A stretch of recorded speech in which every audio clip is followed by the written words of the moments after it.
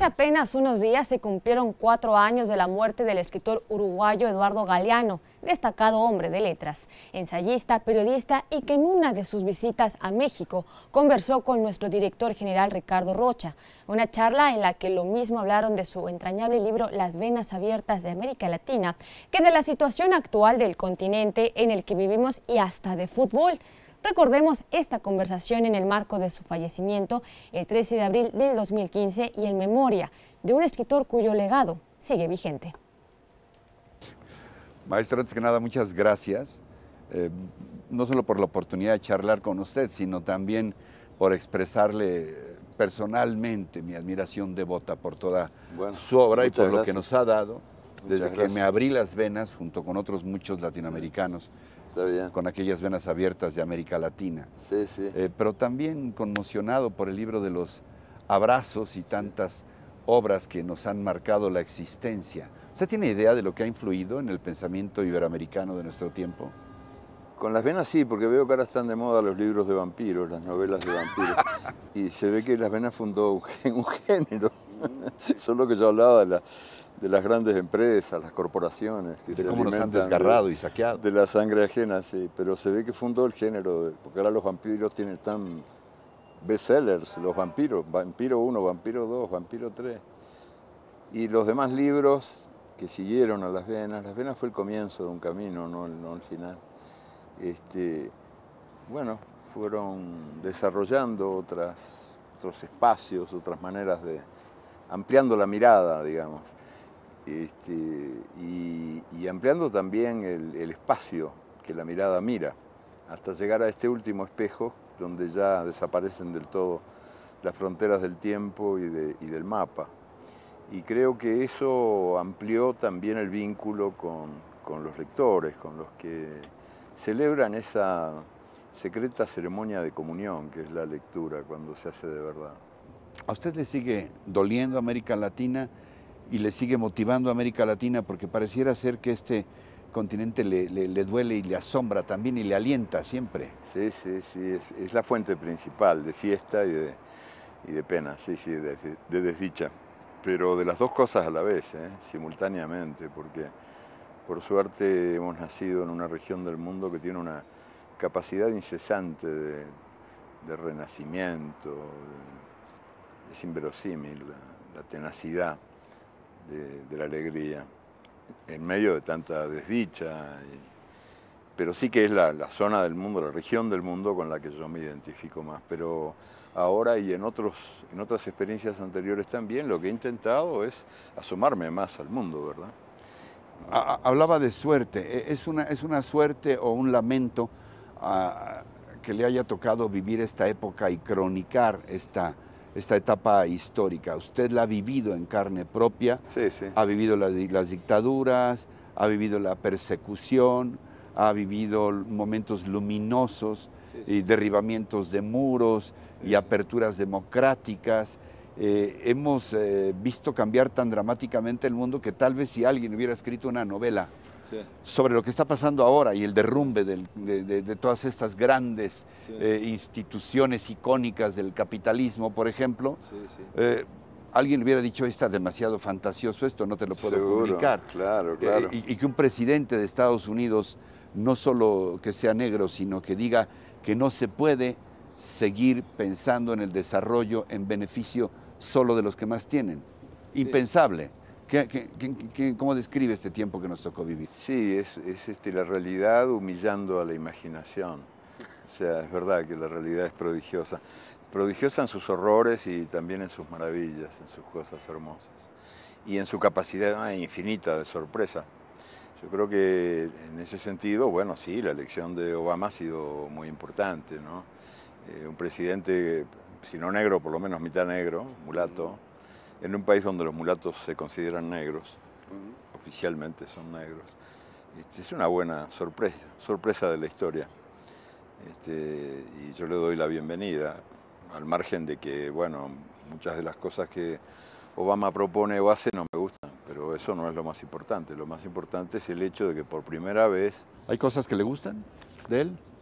Me gustan las intenciones que proclama, más que los hechos que que pone en práctica buen hombre, pero yo no me gustaría, la verdad, estar en sus zapatos, porque le toca bailar con la más fea. Esta es una crisis muy grave la que se está viviendo. No me gusta que haya aumentado el presupuesto de guerra, por ejemplo. Eso no me gusta. No me gusta que siga hablando tan elogiosamente de la voluntad mesiánica de los Estados Unidos. Ese país que, yo no sé si Dios o el diablo o quién designó para salvar a la humanidad. Dios es el pretexto invocado desde siempre para invadir otros países. No solo el policía, sino el sumo sacerdote. Y exactamente, o el policía disfrazado de sacerdote, que es todavía peor, porque es un país donde el Ministerio de Guerra se llama Secretaría de Defensa. Y el presupuesto de guerra que Obama aumentó, que me parece lamentable, se llama también presupuesto de defensa. Y uno dice, ¿pero defensa contra quién? La última invasión, bueno, exceptuando los poquitos días de Pancho Villa en aquella excursión. A Columbus. Medio loca. Sí. Pero exceptuando ese hecho, la última invasión que sufrieron fue en 1812. Y de 1812 para acá, los Estados Unidos han invadido a medio mundo, o más. Entonces, ¿cómo se va a llamar defensa todo eso? Solo a partir de la base de que todo lo que hacen lo hacen en beneficio, no de ellos, sino del mundo en general y en defensa propia. No hay ninguna guerra que no diga ser defensiva. Y no hay ninguna guerra que tenga la honestidad de confesar, yo mato para robar. Nunca, en la historia universal nunca hubo una guerra así. Yo de rodillas los felicitaría a esos guerreros tan honestos que dijeran, matamos para robar. Hablando de estas cosas, hasta donde recuerdo en alguna ocasión hablaba usted de un doble fracaso, el de las sociedades que sacrificaron la libertad en nombre de la justicia y de las sociedades que sacrificaron la justicia en nombre de la libertad. ¿Qué pasa con ellas? ¿Nacieron juntas o es el hombre quien las separó? Sí, es una especialidad humana, ¿no? Todo lo que tocamos lo fracturamos. Hemos divorciado la justicia de la libertad, que eran hermanas siamesas, que quieren volver a estar pegaditas, espalda contra espalda. Pero el siglo XX, la tragedia del siglo XX fue esa. Por un lado, las sociedades que sacrificaron la libertad en nombre de la justicia, y del otro lado, las que sacrificaron la justicia en nombre de la libertad. Ese es el resumen del siglo XX. Ahora, lo de las fracturas, estos divorcios, son una especialidad humana. Así hemos también divorciado la razón del corazón, el mundo de las emociones, del mundo de las razones. Yo intento, escribiendo, ayudar un poquito a que se reúnan también, en un lenguaje que hoy combina las dos. Y a pesar de todos los pesares, también a llenarnos de esperanza, porque sí, en estos espejos encuentro relatos tan conmovedores como, por ejemplo, el de las estalactitas, que algún día, tal vez dentro de unos cuantos millones de años, finalmente se encontrarán con las estalagmitas unas y otras, y coincidirán. Sí. No, y además es verdad que hay una... Yo creo que la contradicción es el motor de la historia, ¿no? Lo creo, no solo porque lo aprendí de Hegel vía Marx, sino también porque es una esencia, un nudo central de las culturas mesoamericanas, las que porfiadamente han sobrevivido 5 siglos de persecución y de desprecio. Esta idea de los opuestos moviendo el mundo, ¿no? Y entonces cuando uno mira la historia pasada y la realidad presente con esos ojos, bueno, pues se descubre que dentro de cada noche hay un día y dentro de cada día una noche, y que las muertes contienen nacimientos y viceversa, y que las tragedias contienen fiestas que las contradicen. Por ejemplo, cuando uno ve lo que pasa en Irak, este crimen imperdonable que ha sido todos estos años de carnicería. Mal llamada guerra, una invasión brutal y sin ningún... Nació de una mentira y mintiendo sigue. Nació de una mentira y mintiendo sigue. Pero al mismo tiempo uno dice, bueno, pero a ver dónde ocurrió esto, porque Bush debe creer que la escritura fue inventada en Texas, pero la escritura fue inventada allí, en Irak, ¿no? Y en Irak se escribió el primer poema de amor de la historia de la humanidad. En ese mismo lugar donde... Cuna de la civilización. Sí, la cuna de la civilización. Ese poema de amor era en lengua sumeria, varias tablillas de barro. Es un largo poema de amor que narra el encuentro de una diosa y un pastor y la noche que pasaron juntos. Es bellísimo. Yo, para sintetizarlo en el libro, porque no lo podía dar completo así, el libro no tiene transcripciones largas, solamente síntesis. Y bueno, para poder sintetizarlo lo conté así. Dije que mientras duró aquella noche, la diosa amó como si fuera mortal. Y el pastor fue inmortal mientras duró esa noche. Claro. Bueno, es mi síntesis, ¿no? El poema no lo cuenta así, sino mucho más largamente. Y seguramente más bellamente también. Pero el hecho es que fue en esa tierra atormentada, aniquilada, humillada, que es Irak hoy en día, en nuestro tiempo. Bueno, pues hace miles y miles y miles de años nació el primer poema de amor de la historia de la humanidad. Entonces, son las dos cosas, siempre juntas, los contrarios que se oponen. Y por eso, cuando uno escribe de los horrores, tiene que haber un contrapeso de amores, ¿no? Para que la vida se parezca de veras a lo que es y a sus perpetuos sub y bajas. Yo estuve en Jalapa ahora hace poquito, sí, viendo cómo era la ciudad, que es todo así, sí. Sube, baja, sube, baja. Pensaba, bueno, Jalapa es como la vida, porque la vida es también así, puro sub y bajas. ¿Cómo fue a propósito, o es esta visión inquieta, diversa de usted la que lo llevó a juntar todos estos pequeños fragmentos de espejos que hacen un todo poliédrico o un gran espejo con situaciones tan contrastantes como hablar de una Europa caníbal o de las cárceles más baratas del mundo o de la fundación del tráfico urbano, lo mismo que de Ho Chi Minh y de tantos personajes y de tantas situaciones tan diversas? ¿Cómo fue que fue juntando usted estos fragmentos? Sí, al principio aparecieron solos, o sea, lo que yo siempre hago es escribir algo cuando me pica la mano, cuando algo siento que sería lindo contagiarlo. Esto sería lindo contagiarlo, entonces lo escribo. Lo escribo una vez, 2 veces, 10 veces, porque cada texto de esos ha sido escrito y reescrito. Lo mismo el asunto de las tetas en Venecia, sí, que el de los grandes personajes sí, de la historia. Es verdad, el Ponte de la Teta, el Ponte de la Teta. el Puente de las Tetas en Venecia, que sigue llamándose así, porque hubo una disposición municipal que castigaba a las prostitutas que no exhibieran sus tetas en ese puente. ¿Por qué? Para evitar que los homosexuales se disfrazaran de putas. Y la homosexualidad se ve lo dejamos pasar. No, se ve que sí, los conozco. ¿Ah, sí? Son helicópteros homófobos, sí. Cada vez que se habla de los homosexuales hacen ese ruido para que no se escuche y para que no se sepa que en toda Europa se penaba con la pena de muerte y en algunos lugares los quemaban vivos, el delito de homosexualidad, el crimen de homosexualidad. Y que uno de los que estuvo encarcelado por eso, temblando de pánico de que lo quemaran vivo, fue Leonardo da Vinci. Leonardo da Vinci estuvo preso, acusado de homosexualidad, que era un delito que se pagaba con la muerte. Y entonces, para evitar que los homosexuales se disfrazaran de putas, obligaron a las putas a lucir sus tetas al aire, en Venecia. Y de ahí nació el nombre del puente donde ellas tenían que exhibirse, que era llamado Puente de las Tetas y se sigue llamando así.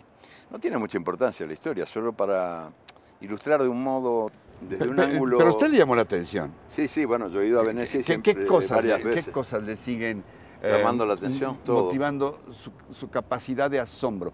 Que todo. Eso me asombra en usted. Todo. Que usted siga tan pleno, tan jovencito, tan niño, que le asombran. Todo me asombra. Que le asombran estas cosas. Sí, en parte porque soy tan inútil, ¿no?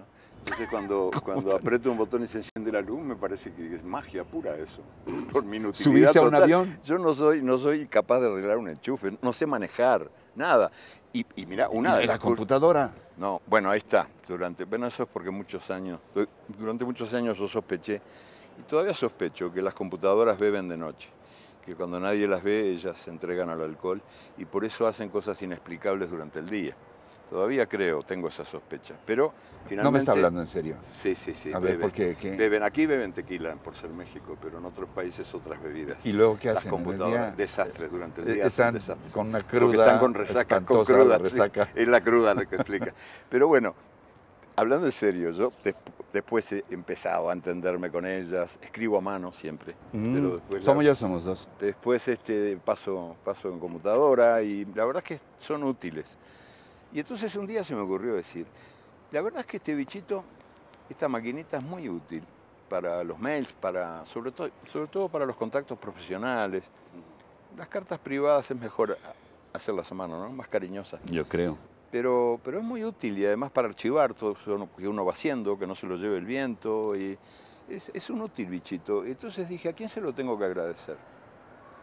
Y ahí averigüé que el inventor del asunto ese había sido un inglés, un científico inglés, Alan Turing, al que le pasó lo mismo que a Leonardo, con peor suerte, porque fue detenido por la policía por delito de homosexualidad en 1952 en Inglaterra, cuando todavía, hace un ratito nomás, 1952, medio siglo, cuando todavía la homosexualidad era considerada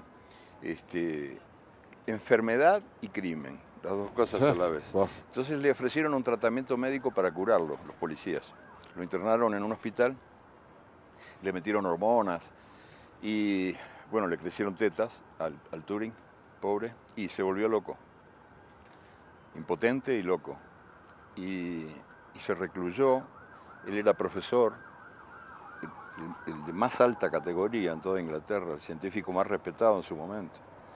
Se recluyó en el apartamento, no salía nunca de allí, sentía que lo miraban, sentía ojos en la nuca que lo estaban mirando, espiando, y cada noche tenía la costumbre de comer una manzana, y una noche inyectó cianuro en la manzana que iba a comer. Entonces yo digo, bueno, ¿por qué no empezar cada vez que uno abre la computadora dándole gracias a este hombre que fue condenado por el delito de su diversidad sexual? Este libro, Espejo, es un homenaje a la diversidad humana. Al arco iris de la diversidad humana, que no lo vemos porque estamos ciegos por el machismo, por el racismo, por el militarismo, por el elitismo y por otros muchos ismos nefastos que nos han mutilado la mirada. Entonces no somos capaces de vernos en toda nuestra hermosura posible, en toda nuestra plenitud, ¿no? Y el libro intenta rescatarla, por eso es que cuenta historias desconocidas que tienen que ver con las mujeres, con los negros, con los indios, con los chinos, con los hindúes, con qué sé yo. Lo estoy leyendo y lo estoy mirando. Sí, bueno, ahí está, muy lindo eso que has dicho es muy lindo. Porque está como para devorárselo todo. Entonces, ¿cómo no voy a verlo de alabada sea la ceguera y la santa guerrera? ¿Y de qué se trata esto de los hijos del camino y los humanitos y tantas cosas que nos plasma aquí? Bueno, la idea es esa, justamente, que el libro se pueda leer. Es como una casa con muchas ventanas abiertas al tiempo y al espacio, pero con una infinita cantidad de puertas, de modo de que el lector pueda entrar por donde quiera e irse cuando se le plazca. Pero también se puede leer de corrido, claro, tiene las dos lecturas posibles. Era muy difícil meterse en esto, la verdad es que es una idea muy loca esto de intentar contar la historia del mundo, ¿no? Es una idea loquísima, pero valía la pena y me ayudó. Alguna vez escuché una vieja grabación de Pedro Infante que dice que tan grande no será el mundo si cabe en cinco letras. Se dice algo así la canción, por lo menos así la recordaba yo. Que dice, tan grande no ha de ser el mundo si cabe en 5 letras. Mundo, M-U-N-D-O. Y digo, bueno, y don Pedro tiene razón, tan grande no es. ¿Por qué no? Vamos, adelante. Y ahí lo escribí. No he encontrado, por cierto, estuve buscándolo asiduamente porque apenas lo tengo desde ayer. No he encontrado nada sobre el fútbol y me ha extrañado. Porque Galeano es un intelectual inusitado, porque siendo tan sapiente y un periodista tan comprometido con las buenas causas, es un fanático del fútbol y esto Completamente. es intolerable. Estoy muy inquieto. Esto es intolerable. ¿Cómo diablos le gusta tanto el fútbol, que es calificado como el opio de los pueblos y escribí un libro, una maquinaria de enajenación? Sí, muy calumniado el fútbol. Sí. Sí, yo soy un futbolero perdido desde que nací. En realidad quería ser jugador. ¿Quería usted ser jugador? Pero a pesar del fútbol de ahora, o seguimos pensando en ese fútbol heroico que usted ha retratado, como por ejemplo aquel equipo que le gana a los nazis. Estos son los lentes. A ver. Yo voy al estadio todavía. Voy. Los fines de semana me voy al estadio a ver fútbol. Llevo mis lentes. Me los pongo al principio del partido. Ya a los 7, 8 minutos me doy cuenta. Si los tengo que seguir con los lentes puestos o sacármelos, porque no vale la pena. Y entonces muchas veces me los saco y veo una sombrita, unas manchas de colores, y convierto eso en una fiesta de la imaginación. Como el partido no vale nada, lo imagino. Bueno, como aquel cronista mexicano que había, no sé si lo escuchó Ángel Fernández, que era maravilloso porque usted venía en el auto y decía, qué partido, eso está glorioso. Y llegaba rápidamente a casa y era el peor de los partidos, era un aburrimiento, pero él lo llenaba tanto de fantasías. Ahora, yo tengo un amigo muy querido, un arquitecto, bueno, nada menos que el Picasso de la arquitectura, Oscar Niemeyer, ¿no? El brasileño, el que hizo Brasilia, que tiene 101 años de edad. Y hace muy poquito estuve con él, cenando. Y entonces me dijo, ya no puedo ver fútbol por televisión porque me lastima los ojos. Y además con el problema, él se cayó y se rompió una cadera, irme a las canchas me cuesta mucho, así que lo estoy escuchando por radio. Es muchísimo mejor. Porque lo imagino. No, la verdad es que en este libro, en Espejos, hay historias de fútbol. Sí, ya las vas a ver. Las voy a encontrar. Y algunas también desconocidas y que vale la pena conocer. Por ejemplo, descubrí una que mis amigos peruanos no conocen. O por lo menos los que yo consulté, ninguno la conocía, a pesar de que son futboleros como yo. Ellos no saben, porque nosotros no sabemos lo que nos ocurrió. La historia la historia oficial es una larga cadena de mentiras y más miente por omisión que por acción. O sea, más miente por lo que calla que por lo que dice.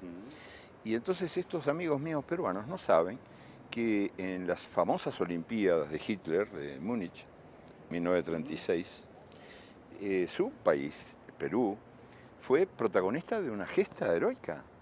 Y no lo saben. Perú le ganó 4-2 a Austria ante los ojos furiosos de Hitler, que miraba el partido desde el palco. Claro. Y Perú tenía una delantera negra, se llamaba el rodillo negro, cosa que a Hitler le cayó 2 veces mal. El hígado de Hitler quedó convertido en una especie de porquería. Tuvieron, supongo que llamar a varios médicos después de esa apabullante paliza. 4-2 ganó Perú. ¿Qué pasó? Pasó que las autoridades del fútbol y las autoridades olímpicas eran tan poco presentables como las que tenemos ahora. La FIFA. Y la FIFA y el equivalente del Comité Olímpico Internacional. Las dos se reunieron de apuro esa noche y anularon el partido. No me digas. Claro, anularon el partido, ese partido no existió. O sea, siempre congraciados con la autoridad, con el poder, bueno, y eso con es la lo que hace el dictadura. poder, lo que no le gusta lo anula, no existe. Entonces inventaron que había habido invasión de público en la cancha. ¿Vos te imaginas? ¿Qué peruano tenía plata para pagarse un pasaje para ver la Olimpiada del 36? Por supuesto que no existía ninguna invasión de público. Dicho sea de paso, el árbitro, también elegido por el Comité Olímpico Internacional, había anulado 3 goles de Perú. O sea que podían haber ganado 7-2. El partido fue anulado, la delegación peruana se enojó y se volvió, con toda razón, malherida a su país, y las cosas volvieron a su cauce, y entonces el campeón fue Italia, la Italia de Mussolini, y Austria, la de Hitler, fue vicecampeona. Bueno, ese es uno de los episodios de fútbol. Hay otros que son desconocidos y que yo cuento en Espejos, porque el fútbol es una parte muy importante de la realidad. ¿Se sigue jugando? Porque en alguno de sus textos que me han fascinado, hablaba de esa maravilla elemental que lo enamoró del fútbol, el hecho de poder jugar. Valga, parece una obviedad, ¿no? Sí, pero sí. Que sea un juego, que el ser humano se libere y que juegue y que disfrute. y no este fútbol mecánico en que están pensando que no les vayan a romper una pata porque pierden millones de dólares en publicidad Sí. o en su próximo contrato. Sí, ¿Se claro. juega todavía? Hay algunos jugadores excepcionales, no sé, de Ay, pronto sí. Ronaldinho, Ronaldo o Messi, que Sí, parece sí. un niño chiquito cuando dribla 3 o 4. Sí, es verdad, y se divierte, sí. Sí, todavía por suerte quedan jugadores que juegan por placer más que por deber, pero el fútbol profesional, en los altísimos niveles en los que está ubicado ahora, el fútbol es la industria más lucrativa en el área del deporte. Ningún otro deporte da tanto dinero como el fútbol, y es también la más rentable desde el punto de vista del prestigio político. Es un gran trampolín político. Berlusconi no hubiera llegado a ninguna parte si no hubiera sido por el fútbol. Salvó al Milán y prometió salvar a la patria. Dijo, yo haré... Forza, era el lema, Forza ¿no? Italia. Forza Sí. Italia de El Berlusconi. Forza Italia, que se convirtió en su lema político, era el grito de los hinchas para alentar a la selección italiana. Pero además, su primer gran éxito político fue cuando él prometió hacer de Italia lo que había hecho con el Milan. Yo haré con Italia lo que hice con el Milan. Sí, o sea, bueno, pero ese no es el único ejemplo. Hay muchísimos más que prueban que el fútbol es un trampolín político fundamental. Esto hace que se haya convertido en un deber que ha desplazado al placer, porque hay obligación de ganar o ganar, y perder está prohibido. Y muchas veces la fantasía, la imaginación, la alegría de jugar por jugar, conducen a la derrota y no a la victoria, cosa que cuando no es el fútbol profesional del que estamos hablando, sino el fútbol que se juega en los potreros, en los campitos, en las playas, no importa tanto ganar o perder. Yo me acuerdo cuando yo viví en el exilio en la costa catalana, hace algunos años, una noche que yo iba a la estación del ferrocarril para ir a Barcelona, y me crucé con una cantidad de niños que venían de jugar al fútbol. Todos sudorosos, sucios, niños pequeños. Y venían todos abrazados, vencedores y vencidos, y cantaban, ganamos, perdimos, igual nos divertimos. Y yo pensé, qué lindo, lo escuché, me levantó el ánimo, que lo tenía por el suelo. Y digo, qué lindo sería vivir así, no solo jugar así, sino vivir así. Ganamos, perdimos, igual nos divertimos. Como usted está viviendo. Intento, Gana. Sí. Gano, pierdo. Pierde. La verdad es que eso no me importa mucho. Lo que trato es de vivir de la manera más jugosa posible y de tratar de vivir solidariamente. O sea, yo no vivo en una isla perdida en el centro de la mar, sino que soy parte de otros, me siento un pedacito de muchos, y por lo tanto lo que les pasa a los otros me pasa a mí también, y a veces eso me da mucho dolor, pero como decíamos al principio, ¿no? Esta cosa de la contradicción, que es tan alentadora, tan esperanzadora. ¿Y se sabe usted nuestro?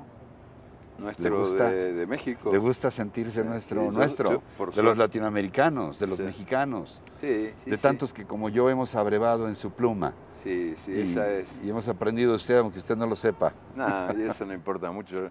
La verdad es que cuando los libros están vivos, de veras vivos, que uno se los pone al oído y siente que respiran, jadean, lloran, ríen. Entonces esas palabras que salen del libro se meten por el oído acá, circulan por el cuerpo y forman parte del alma de quien lee. Y el libro se convierte en otro libro, que pasa a ser escrito por quien lo leyó, ¿no? Porque se incorpora a su vida, de alguna manera. Eso es un proceso mágico, científicamente inexplicable, pero que ocurre de veras. Y eso me da un inmenso placer, no solo con mis hermanos latinoamericanos, que son por supuesto los que yo siento más cerca de mí, ¿no?